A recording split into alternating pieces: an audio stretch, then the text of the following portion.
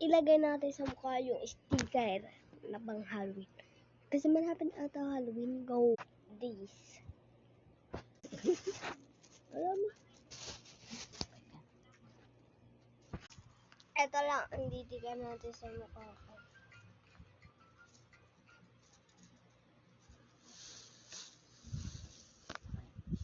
Sige, yung basura mo ilagay sa dapat kalagyan.